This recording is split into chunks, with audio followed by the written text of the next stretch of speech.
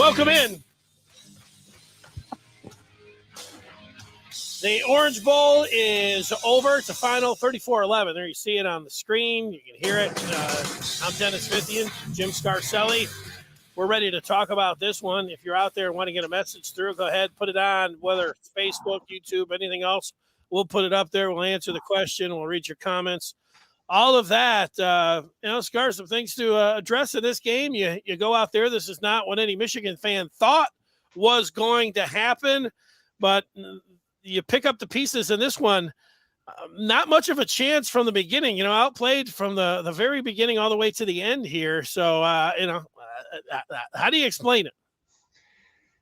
Hey, they got great players. They're good coaches, and we were very average as coaches today, and we were very average as players. And if you're playing against a team that has a little better talent than you, you better find a way to help your players. And we didn't do that. And our players didn't help our coaches either by making enough plays. But it's really frustrating. I thought they took it right down on us, and then I don't like it's easy to say after the fact. I don't know why we went for it on fourth down so early in the game and put our defense in such a bad situation. But there was, we got fooled early, man. I don't know that Hill was in there early, Denny, but two of those scores were miscommunications. We got fooled. We got conned. I always talk about, scheme and fooling people. That's a big part of offense. Well, we got fooled. That first touchdown, we didn't know where the heck their tight end was lined up. Then they run the halfback pass and fooled us, got out of position. Those are mental mistakes that we hadn't done a lot of that this year. But it's frustrating. We just got beat mentally, physically, and we got to eat it now and deal with it. I'll tell you what, that rings true to me. I watched Michigan play, 12 regular season games and then the Big Ten championship game, and the way they played in those games and the way they tackled and the way they performed in all three phases of the game, that wasn't out there, tonight. So, first you look over and say Georgia. I mean, Georgia just looked like super hyped up, super prepared, ready to go everywhere. And on that first drive, I mean, we talked a lot about Brock Bowers, the tight end. He made a great catch down the sideline. But, when you see him come in there and who this guy is, and he goes in there untouched for a touchdown, your head is spinning. And, obviously they never recovered from that. You talk about him going for the fourth down, but, Georgia also came out with a plan. They were not going to let Ajabo and Hutchinson tee off on their quarterback. I mean, the ball was coming out immediately, and they're throwing it out to the wide receivers. I don't know, Michigan's corners, I know that they were giving them so much cover. I mean, there's just free yards out there, and they just kept throwing the ball to the outside. Then the tackling wasn't there, and it seemed to snowball on them. And then, Georgia was ready. They scored on the first possession. Second, they scored on the first 5 possessions. I mean, this game was over quick. Yeah, the old Hayden Fry line put salt on the wound, and I really think with Hill out, it hurt us early. It was a simple formation, Denny. We just weren't aligned right. Kurt Herbstreit didn't even notice it. No one talked about it. They just put a tight end where a tackle's supposed to be, and the tackle where a tight end's supposed to be, and our safety was confused. The kid was uncovered. It was a total mental, bust. And and we didn't, I talked about that we got to contain this kid's ability to run. You know how many times we lost contain today on that quarterback? It was embarrassing how many times we lost contain. Hutchinson lost contain. I don't know how many times. Welchoff lost contain. It's like, if I'm prepared for this team and I'm a contained guy, I'm going to know how fast that damn kid is, and I'm going to take better angles. We didn't take good angles in terms of the quarterback. I don't think we took good angles in terms of running backs also. Like we didn't know how fast they were. It was a little discouraging there, but I thought Ajabo was a non-factor. Hutchinson was a non-factor. I think those guys both cost themselves money tonight, to tell you the truth. I love those guys. They're Michigan. I want them to do well, but they were non-factors in the game tonight. I didn't see it. We weren't real gap sound. Some of their big runs, it was the same kind of bullshit we had against Michigan State. We weren't gap sound, but frustrating, Danny, very frustrating. Andre said they looked uninspired from the jump.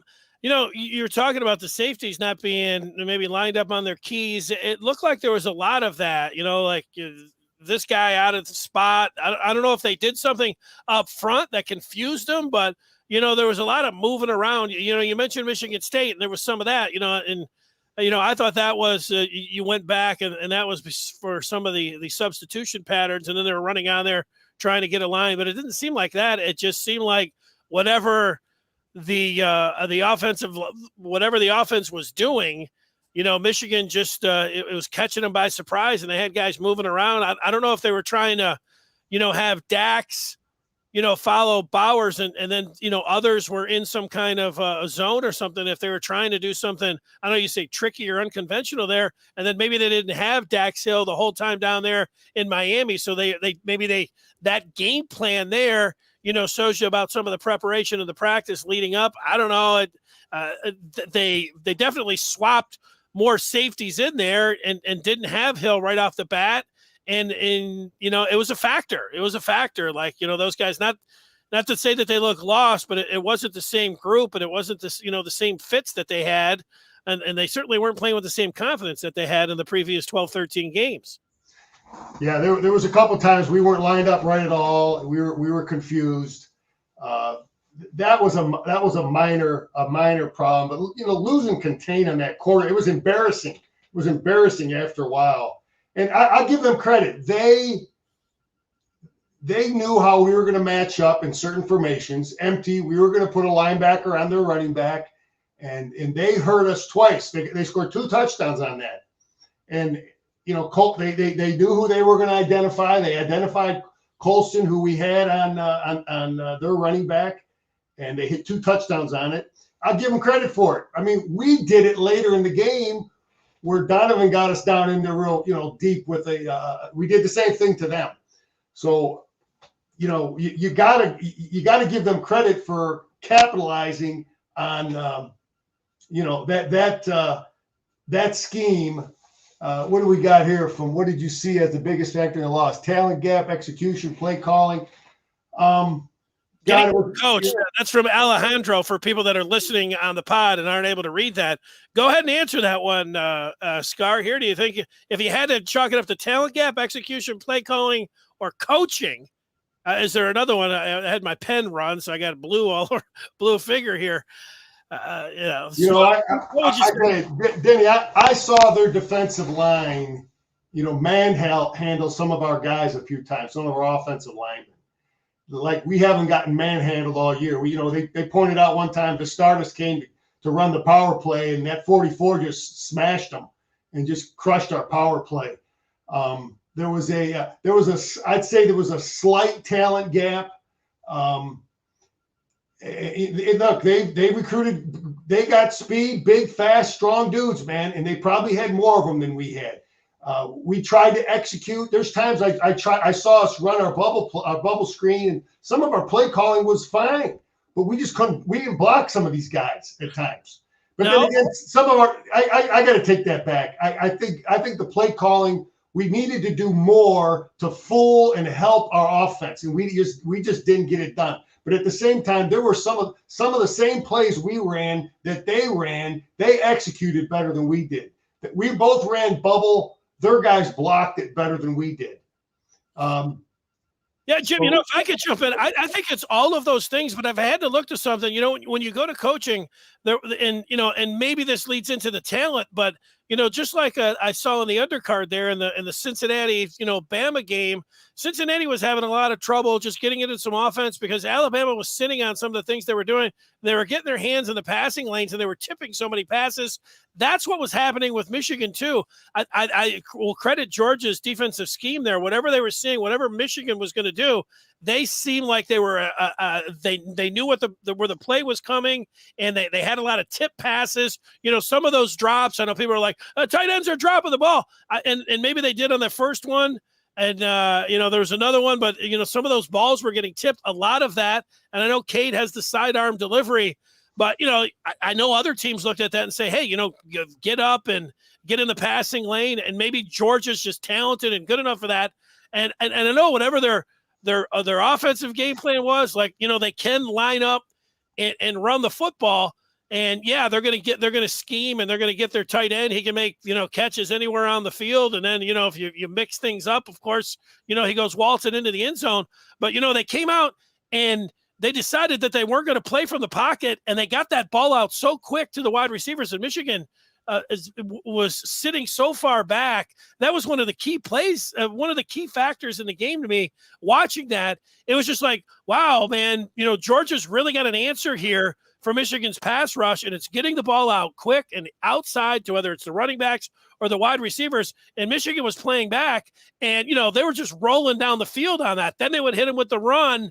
And I think schematically, they were, when you have the talent and you have the game plan, and then you have the players and you put the scheme in, and you can say it goes to coaching. You can say it goes to scheme. You can say that the players, like Nakobe Dean, he's running sideline to sideline. He's making plays all over the place. I mean, I don't know what the scheme is to get to stay away from a guy like that. I mean, he was everywhere. He was in the backfield. When he wasn't there, he was chasing down anybody else. He was knocking balls all over the place. I mean, it looked like the talent gap. You said it was a little bit. It looked like it was a canyonous talent gap. And, I don't know. And if we just look at the recruiting rankings, it is like that, but it played out like that. So I don't know. I mean, I don't know what my head's spinning a little bit on that. But when you list all those things off, I think it's a lot of them, but I think it's going to come back to the schemes. It seemed to me, but you got to have the players to be able to execute those schemes.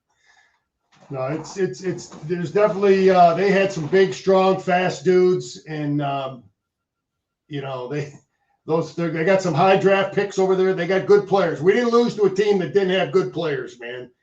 But yeah, our offensive line got pushed around. We tried to run our best stuff, and I was telling you earlier, there's sometimes as a coach, the other team has certain players that are going to be hard to block or hard to run certain plays. And that darn Jordan kid, he ran down our zone play. We tried to block him, and we just couldn't. So sometimes you just got to take certain plays and throw them out against certain teams. And I think we may have been a little stubborn with some of that stuff. But, I thought our we fumbled the ball. We haven't had the kind of turnovers like that. No. We fumbled the ball, Denny. We had our quarterback fumbled, our running backs fumbled. Corum. I watched Corum, and I think I saw this against. And I hope I'm wrong, but he's the kind of kid. I think if he makes a mistake or something goes bad for him, it seems like that snowballs at times with him, because he dropped that pass against Michigan State, and then later that whole game was kind of. He just never really got himself. Now, in this game, he made some mistakes early, and I just wonder if he lets things hang around with him mentally. I hope I'm wrong, but I thought I saw some of that. Yeah, I see what you're looking at there. I mean, he had that blindside block late, but, finally in the second half, I mean, they opened up with an interception, which wasn't any good, but they got a 3-and-out. Then Henning had a good return, and you're thinking, okay, even though it's 27-3, maybe they can build on something, and then he fumbled there. Here's a question that a lot of people want to know. I want to see what you think of it. McNamara did after, I mentioned that, that interception that he had, the second one, and then he had a fumble. Then McCarthy was in for good on the third drive in the third quarter. Do you think that was a benching for J.J. McCarthy, or was J.J. sent in because the game was pretty much over at that time? What do you think? If I'm the coach of that team at that time and I saw what McNamara was doing, he was making mistakes he hadn't made in the past. The game's getting out of hand. I want to develop my other guy. He sees that both of them every day in practice. Maybe he thought he needed that spark to try to get something going. I think it was probably a little bit of all that. I think it was a benching and wanting to see the other kid JJ did some good things, but JJ wants to knock the guy's head off from 10 feet away. He throws the ball too hard. But then again, that's why you play him now, because he got to see it. He's going to get this. He hasn't had enough game reps. Well, like that slant to Roman Wilson down at the goal line. I mean, he's got to throw a little bit more touch on there. Yeah, there's a couple. He threw one to the tight end. He just throws it too. I think unless they, if we don't see it corrected, then they're okay with it. But looking at it, it looks like he's throwing the ball too hard because we're dropping a lot of those little 10-yard passes because he's firing it off their forehead. Well, he's got a great fastball. We do know that. I mean, and there was the one play, it was to the tight end he fired that ball in a window where there was triple coverage around him. I mean, there's guys in the pros that can't make that throw. I mean, he delivered a 99-mile-an-hour fastball right in that window. I mean, that's an ooh and ah type throw. And I know if you're a fan, and Herb Street couldn't help himself. I mean, it was a woo, and yeah, boy, 5-star. And this is, you know what? The very next play, the throw that I think that he makes the best, he was on the far hash, and right after he threw that one to all in the middle where he had that small window, he threw it from the far hash all the way across the field to Roman Wilson, and he had him, but he buried it into the ground because there wasn't any touch, and it wasn't an accurate pass there. And I've seen a little bit of that. It's just one of these things we're going to watch. But overall, he ended up hitting Donovan Edwards down there. That was a good ball.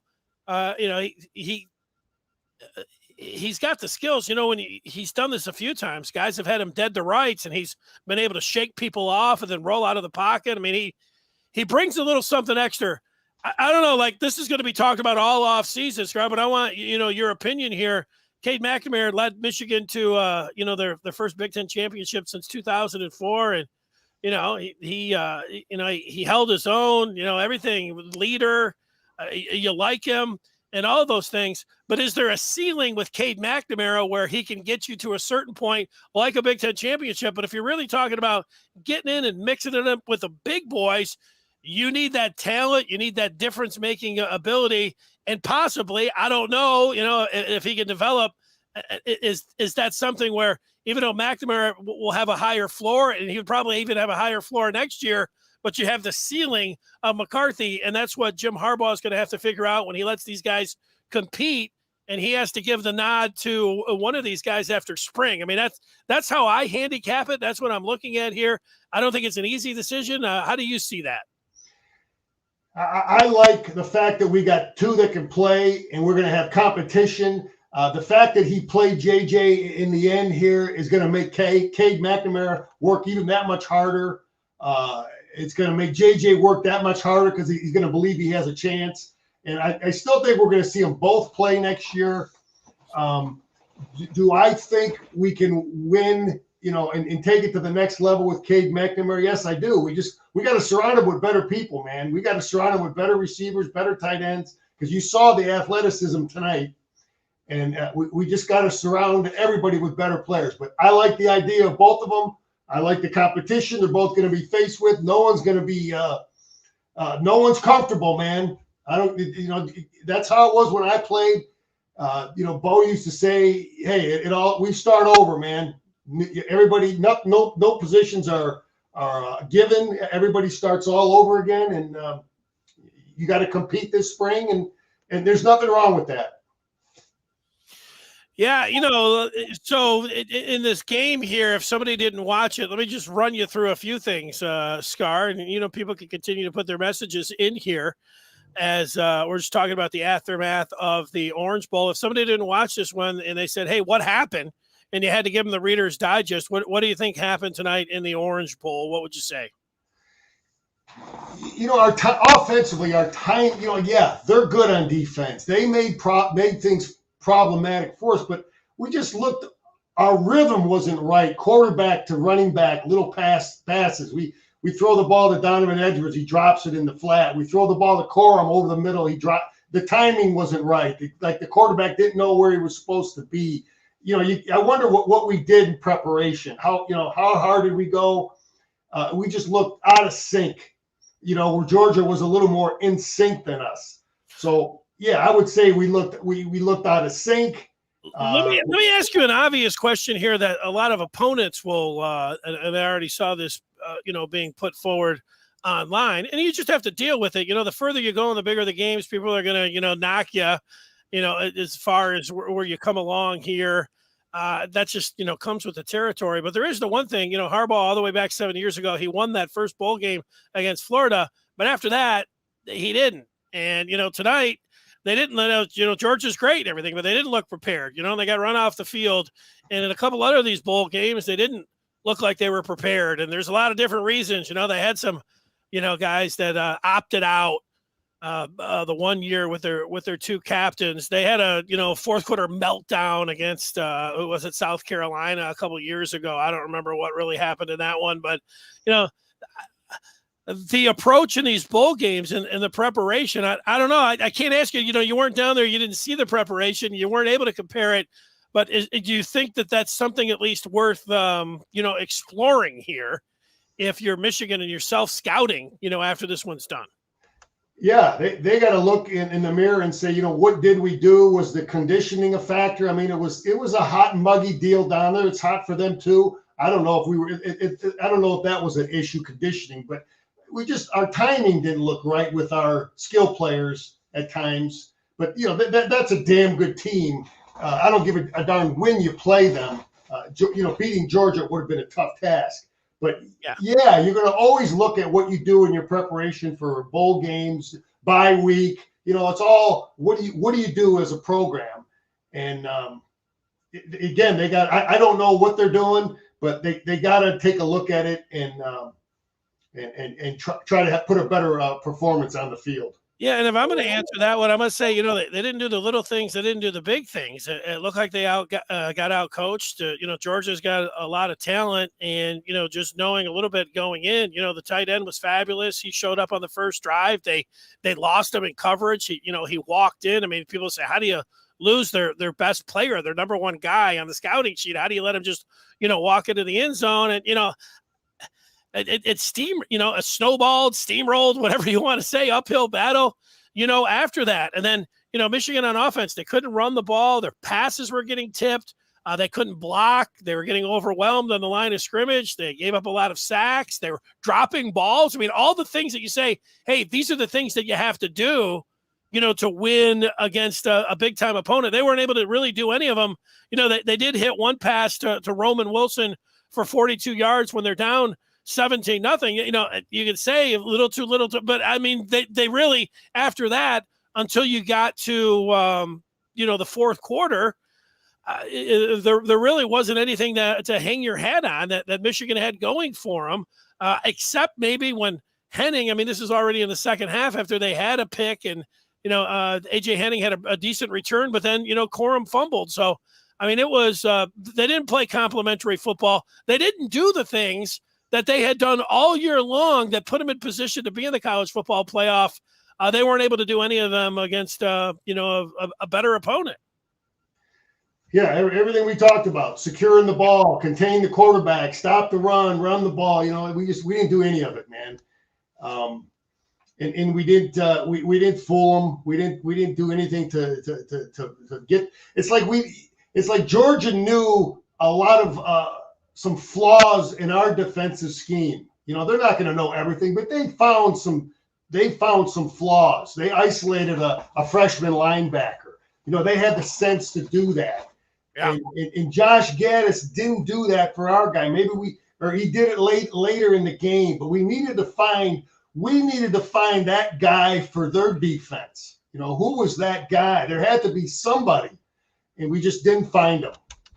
Yeah, well, and they when we talk about Michigan, just like we were talking about the tight end there from Georgia, everybody looked at Michigan and they'd say, hey, 97-55, Aiden Hutchinson and David Ajabo, how did they neutralize those guys? Stenson Bennett, as soon as he got the ball, he was firing it out to the wide receivers. I mean, and there was nothing that, 97 or 55 could do. They never touched Bennett. And then he did when he needed to a couple times. He had that big time run. And they lost him, and that was something. They made those matchups with the running backs, like you talked about. That was good coaching, how they set that up. I think another thing that they went with, you had a great camera angle on it when Hutchinson had that one offsides.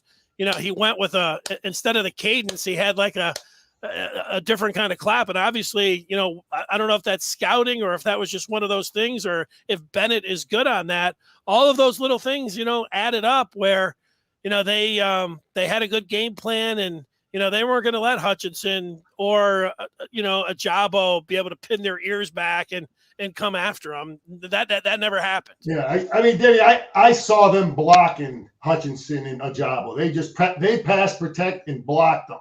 I don't, you know, a lot of it was getting it out of their hands quickly, but a whole lot of it was they just flat out stuffed them and blocked them. And 97 was a non-factor. He got put on his back one time when Hinton got through and flushed the quarterback, and Hutchinson got put on his back.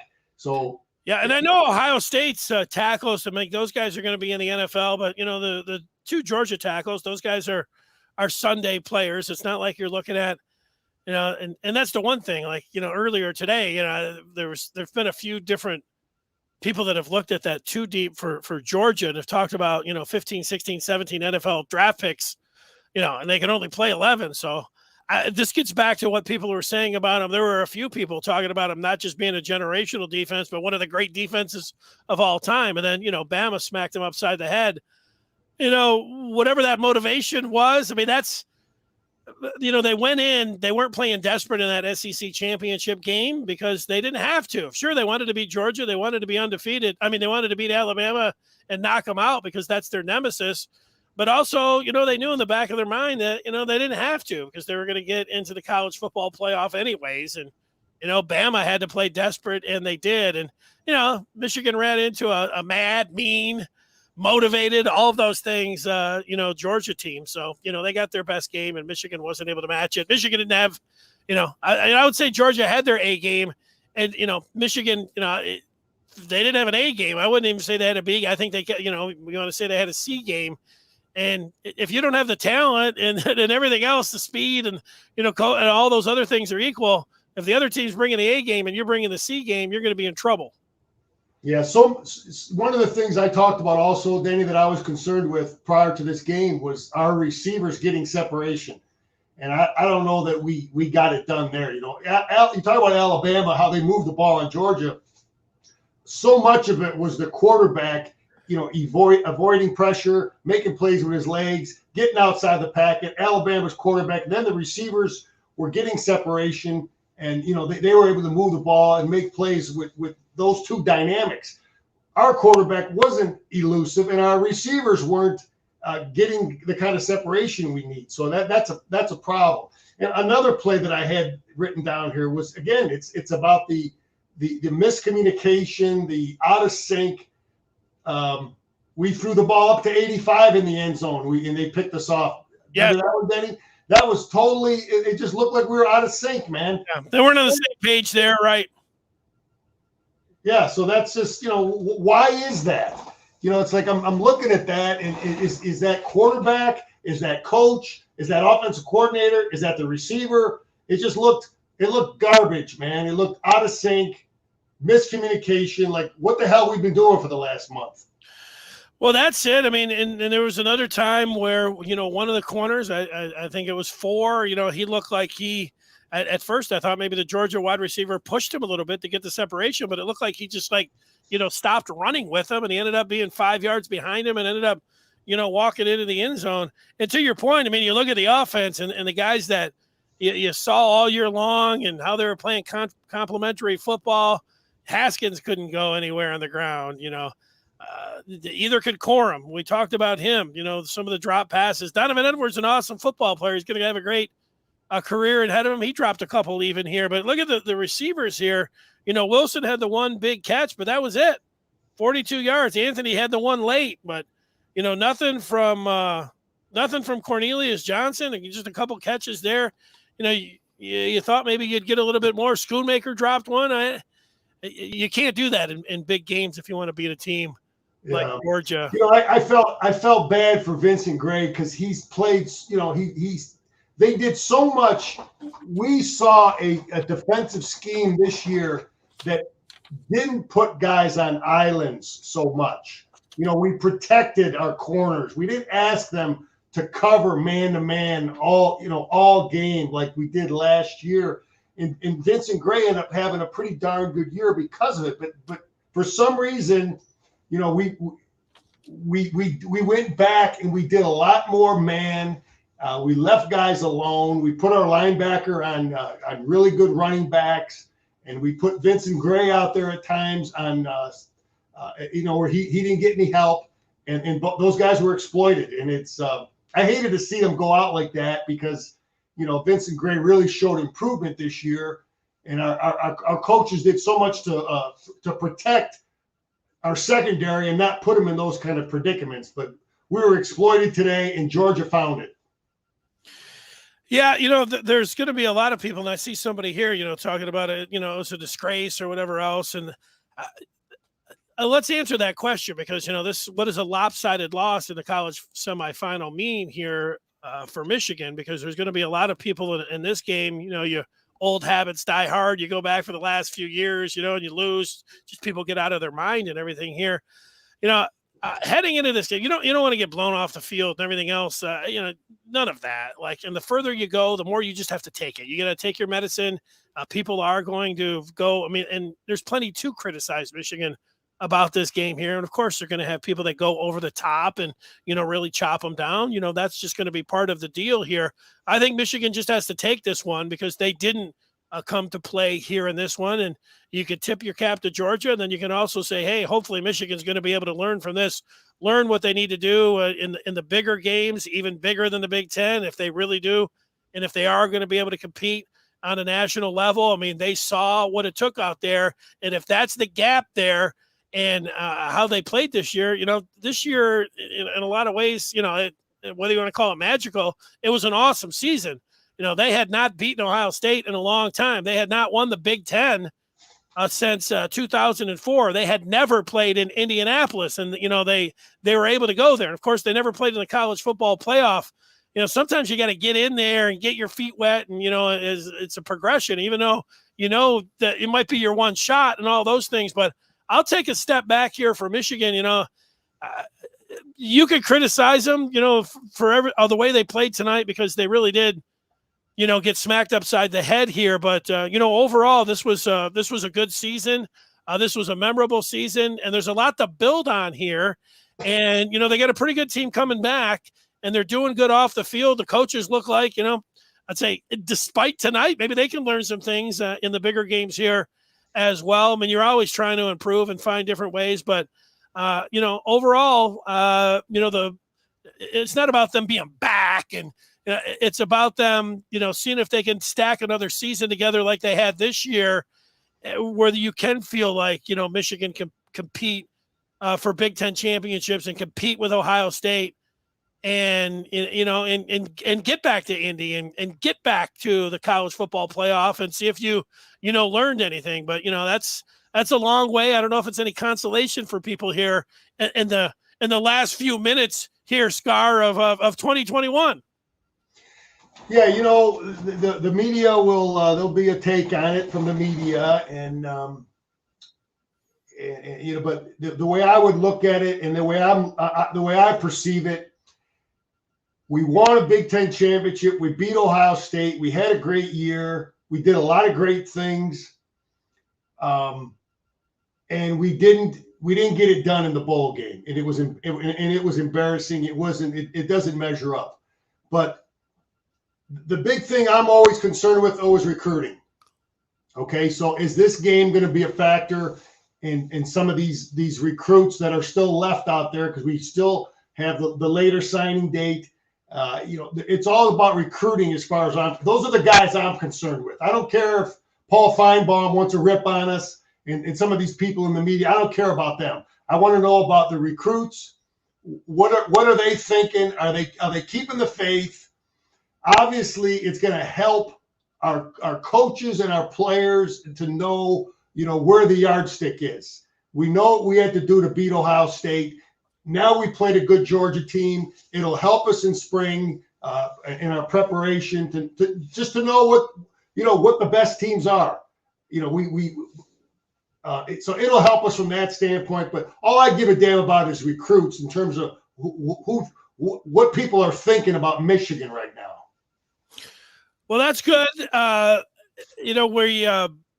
We talked about this game here and just what the lopsided loss meant and, the season and now how you look at it. So, finally here we talk about what's ahead. You're looking at that next signing day, which is the late signing period. That's February 2nd. So, yeah, that's something to zero in on. And then you got spring ball and then beyond. We already tackled the first question that's going to be on everyone's mind. They were talking about it in the fourth quarter, and for good reason. You had J.J. McCarthy in there.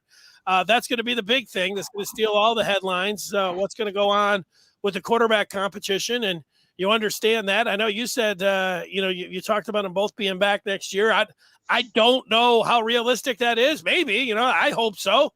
You can't have enough at that position right there, but also because you can hit the transfer portal right there and you can start for another team just like that. I don't know how realistic that is. So I think that's what's ahead. That's the big thing. The next signing day and then the spring and the quarterback competition. But, when I look at what they're bringing back and what they've already added here with the center from Virginia, they got a good offensive line. They got good receivers. They got good running backs. And, we'll see, what happens with the transfer portal. I think that would be another thing you got to keep an eye on because you're going to swap a lot of players out. You got a lot of guys coming in, but, I think Michigan fans should overall feel pretty good about the direction, even though it's going to take a couple of days, if not weeks here, because you're still going to be smarting, from this one. Yeah, there's a Danny. Yeah, I'm already starting to look at next year, and there's a lot of we got two great quarterbacks, we got two good running backs, we got a lot of darn good offensive linemen. Shoemaker's probably coming back, probably going to lose all. We got a lot of really good receivers coming back, so that offense is loaded, man. Defensively, we got some really good inside defensive linemen. The question is the outside guys. Who's going to replace Hutchinson? Is Ojabo coming back? Ojabo hardly played tonight. They say he's a first-round draft choice. They don't even have him on the field on first down. I mean, that's how they must not think he can play the run real well. So I wouldn't be surprised if Ojabo comes back. He could go pro. They got him picked because they love the way he rushes the quarterback. But there's the outside guys is the big thing I'm looking at. We got some good inside linebackers coming back. We got all kinds of secondary and safeties and corners coming back. So that team is going to be loaded, confident. We'll have a great spring. There'll be a lot of competition, a lot of people battling, and we'll just keep perfecting what we've done on offense and just keep expanding on the defensive package. So I think there's nothing but great news happening. We got to get through this game mentally and try to focus on what they did positively and keep spirits high over in Schembechler Hall.